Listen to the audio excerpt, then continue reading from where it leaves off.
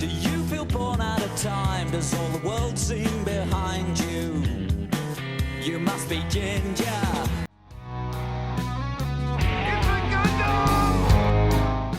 So, after years of service, I felt it was time to make a change. I was finally getting rid of my dumpster chair. I literally picked this chair out of the dumpster. That weird stain on the side, I don't know what it is, but I can scrape it off with a knife. It's crummy and dusty, yet malleable like clay. Also, you may notice that my chair is held together with fishing wire and some foam. There goes Choochie, because Choochie always has to be in the way. That's what Choochie does. And it loves that dog fur. The armrests are starting to crack open. Not quite sure why, but whatever, why not? You run with it. So, I saw a sale on AK Racing chairs. I did a bit of research, and it turns out AK Racing is essentially the European version of DX Racer. It really boils down to Marvel versus DC in a sense. Some people prefer Marvel, others prefer DC, but it is inarguable that both companies are a shell of their former selves. Now, that may set the tone for the rest of this video, because frankly, I'm going to get some things off my chest about this chair. It's fairly simple to put together. You could do it in like 10-15 minutes if you're remotely inclined to putting anything together. The manual suggests 2 people, but then again, the manual is also way outdated. They don't even bother updating the manual for the newer chairs that they've put out. By the way, this is old stock. It's a 2017 chair. Retail value is $449, so if you go to the website, you'll be paying that for it. I don't say it's worth that money. This is not worth $500 at all. It's a decent chair, but not that decent. You can get on Amazon and get them for cheap. Maybe if you're lucky, you might find them on Mass Drop. I paid around $250 for this thing, and I say that's as much as I'm willing to give for the chair. It has a durable steel frame, and this is probably the only manufacturer that offers you a 5-year warranty on the chair itself, so if it rips or some sort of defect happens while you have it in 5 years, they'll replace it supposedly. Now the habitual lower back cushion, whoopee. And the frame has a 10-year warranty, so if for some reason the frame breaks, they'll replace that as well. I don't know how true it is, but all other chair manufacturers I've come across only offer you 2 years. It is fully adjustable. It goes from 80 to 180 degrees if you ever need that. I never did, never will. It has a Class 4 gas lift. All of the chairs have Class 4 gas lifts. And it has a 5-star strong base. And the chair is made out of high density cold molding foam, meaning it'll stay in shape and keep its density for prolonged periods of time, I'm assuming. And that's all I can really say about that. Because frankly, all the reviewers I've seen for this chair pretty much sell you on it. They have you believing that it's a life-altering experience. You really feel how premium it is. And I will say that I believe it's polyurethane coated leather or something, isn't bad. I'm not quite sure why it's done. I guess it's to seal the chair and make the leather last longer, be more durable and more water resistant, so if you spill something on it, it'll wipe off real easily. But how the fuck do you take care of a polyurethane coated leather? As someone who owns many leather jackets and race suits, I know a thing or two about taking care of leather. I don't know crap about leather done like this. It almost feels fake. The tools included are your standard L-key, hex, wrenches, whatever the hell you want to call them.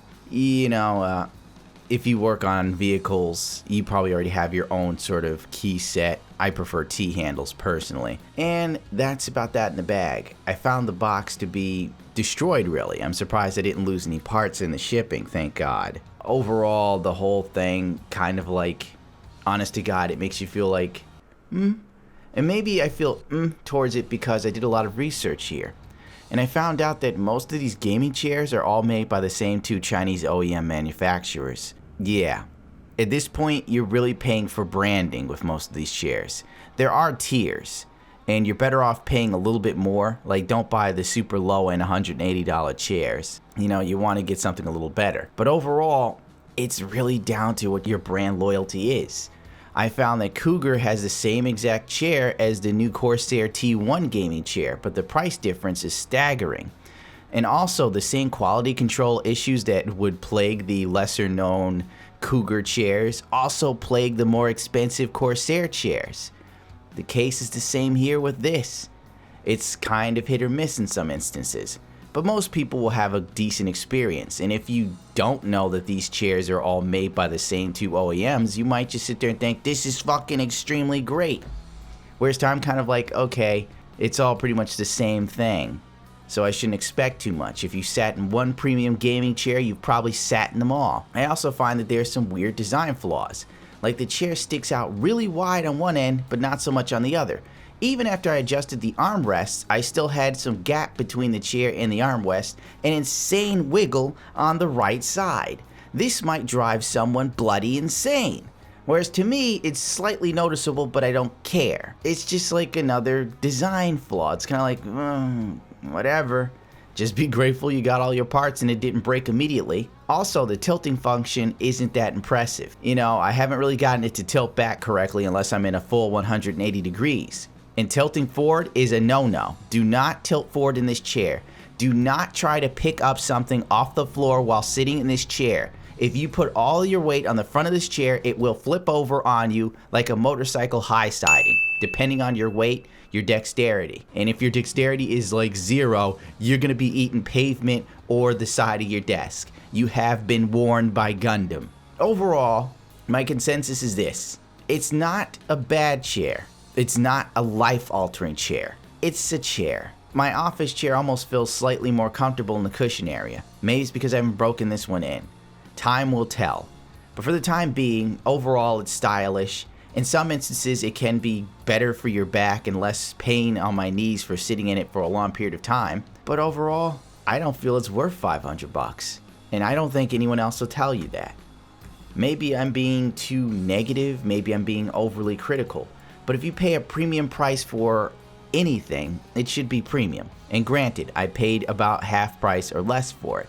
But still, that's a lot of money for a chair that most people would tell you is going to change your life. And so far, I don't feel any different.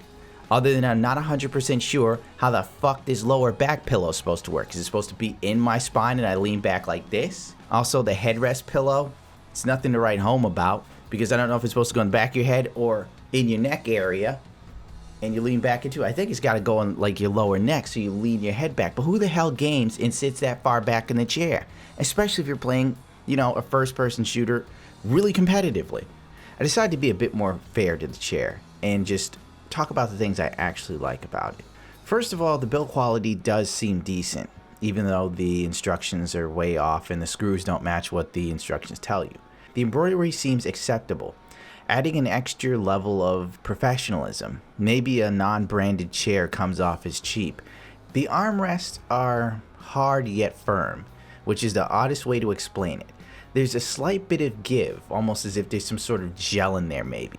As far as I can tell, it gives just enough so it's not uncomfortable to put your weight on your shoulder if you're leaning from one side to the other. It pivots to the left and right. It does not move back and forward. It goes up and down and gives a variety of height for different sized people. So if you're 5'7", the chair will be fine for you. To someone that's probably maybe 6'3" or 6'4". The leather itself seems alright. It's decent. I still can't really get my head around the whole polyurethane coating of the leather, but you know what, so be it. You will notice there's some fraying in the pillow already. As I said before, the stitching and embroidery is acceptable. It's not mind-blowing, but it's decent. You know, it's better than what I had before. I mean, it should be for what they're asking. The dog seems to love the chair. She cannot get enough of hopping in it and leaving her fur everywhere and dirty paw prints. I will get back to you on cleaning. Since I have leather cleaner, I'll probably give that a shot and see where it takes me. The look is clean, and the feel of the chair is good. You know, it could definitely have that premium vibe, and I guess I'm thrown off or a little miffed at the fact that the chairs are all kind of manufactured from the same places, leaving you less, you know, buzzed about it. It's like motorcycle racing jackets or motorcycle gear in general. Some companies are in Italy, you know, Dainese, Alpine Stars, and you'd expect the product to be made in Italy. I expected the AK Racing to be made in Europe, but it wasn't. And then you just find out it's outsourced to China. It really takes off some of that hype factor, if you know what I mean. As per example, my Alpine Stars jacket right here, the RC1, it was made in China. I remember seeing that and getting worried, thinking I got ripped off, but it turns out Alpine Stars does not make all their suits in Italy. That's why I switched to RS Taichi. Suits actually made in Japan by the Japanese. So on that note, I decided to give it some slack, in all honesty. Everything is outsourced to China. I just wish that there was a bit more variety in the design, something to really make them stand out from one another. And that's what got to me. But that's it for me. I had enough. Rate, comment, subscribe if you so choose to. If not, to hell with it. Because I can't expect anyone to give more of a shit than me in the age of apathy. But the more of you that follow me, the louder my voice gets, and the less likely YouTube can stifle and strangle me in the darkness. My life is in your hands. Good, I hope you die.